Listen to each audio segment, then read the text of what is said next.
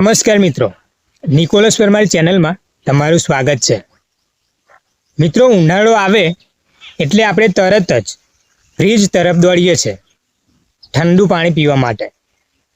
પણ શું મિત્રો તમે જાણો છો કે આપણા પૂર્વજો કેમ હંમેશા માટીના માટલાનું પાણી પીતા હતા?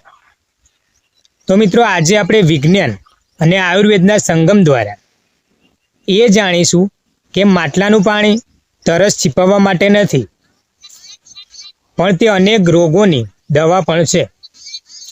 તો ચાલો જાણીએ માટલાના પાણીના 7 અદ્ભુત ફાયદા।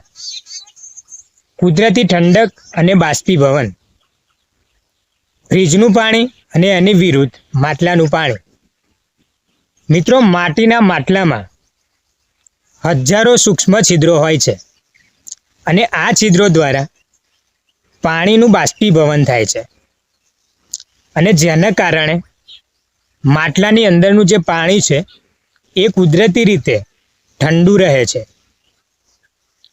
મિત્રો, આયુર્વેદ મુજબ ફ્રીજનું પાણી અત્યંત શીત છે અને જે તમારી જઠરાગ્નિને મંદ કરે છે, જ્યારે માટલાનું પાણી શરીરના તાપમાન સાથે સુસંગત રહે છે। પીએચ લેવલ અને આલ્કલાઇન ગુણ, એસિડિટીમાંથી મુક્તિ। આપણું શરીર એસિડિક પ્રકૃતિ તરફ વળે ત્યારે બીમારીઓ આવે છે। માટી સ્વભાવે આલ્કલાઇન છે। મિત્રો, આનાથી ફાયદો શું થાય? તો જ્યારે એસિડિક પાણી માટીના સંપર્કમાં આવે ત્યારે તે તટસ્થ બને છે। જો તમને એસિડિટી કે પેટમાં બળતરા થતી હોય તો માટલાનું પાણી તમારા માટે આશીર્વાદ સમાન છે। ચયાપચય અને પાચન શક્તિ, મેટાબોલિઝમ બૂસ્ટ, વજન ઘટાડવામાં અને પાચનમાં મદદરૂપ છે। પ્લાસ્ટિકની બોટલમાં રાખેલું પાણી બીપીએ જેવા કેમિકલ્સના કારણે ટેસ્ટોસ્ટેરોન ઘટાડે છે અને મેટાબોલિઝમ ધીમું કરે છે। મિત્રો, માટલાનું પાણી પીવાથી પાચન સુધરે છે અને શરીરમાં મેટાબોલિઝમ રેટ વધે છે, જે વજન નિયંત્રિત કરવામાં મદદરૂપ થાય છે।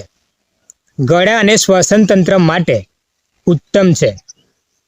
ઉધરસ અને શરદીથી બચવા માટે આ પાણી ઉપયોગી છે।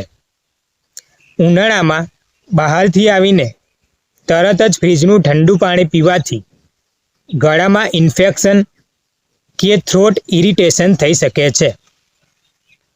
મિત્રો, માટલાનું પાણી ગળા માટે ખૂબ જ સૌમ્ય છે। અસ્થમા કે સાઇનસના દર્દીઓ માટે આ પાણી સુરક્ષિત માનવામાં આવે છે। સનસ્ટ્રોક, લૂથી રક્ષણ આપે છે। મિત્રો, ગરમી સામે પણ રક્ષણ મળે છે।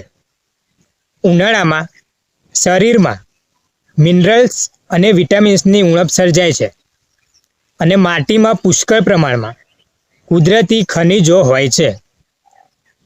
મિત્રો, માટલાનું પાણી તમે પીવો છો ત્યારે શરીરમાં ઇલેક્ટ્રોલાઇટ્સનું સંતુલન જળવાઈ રહે છે, જે આપણને લૂ લાગવાથી બચાવે છે। મિત્રો, માટલાની જાળવણી કેવી રીતે કરવી? Maintenance tips. નવું માટલું લાવ્યા પછી તેને 24 કલાક પાણીમાં પલાળી રાખવું। દર 2-3 દિવસે માટલું અંદરથી સાફ કરવું। સાફ કરવા માટે સાબુ વાપર્યા વગર ચોખ્ખા પાણીએ ધોવું। માટલાને હંમેશા હવાની અવરજવર થતી હોય એવી જગ્યાએ રાખવું।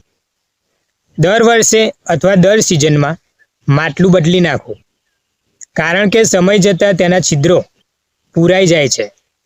તો મિત્રો, આજથી જ પ્લાસ્ટિકની બોટલોને કહો અલવિદા અને અપનાવો આપણી આ પરંપરાગત રીત, માટલું। આ નાનો ફેરફાર તમારા સ્વાસ્થ્યમાં મોટો સુધારો લાવી શકે છે। જો તમને આ માહિતી ગમી હોય તો વિડીયોને લાઈક કરો અને તમારા પરિવાર સાથે શેર અવશ્ય કરો। કોમેન્ટમાં જણાવો કે તમારા ઘરે માટલું છે કે નહીં.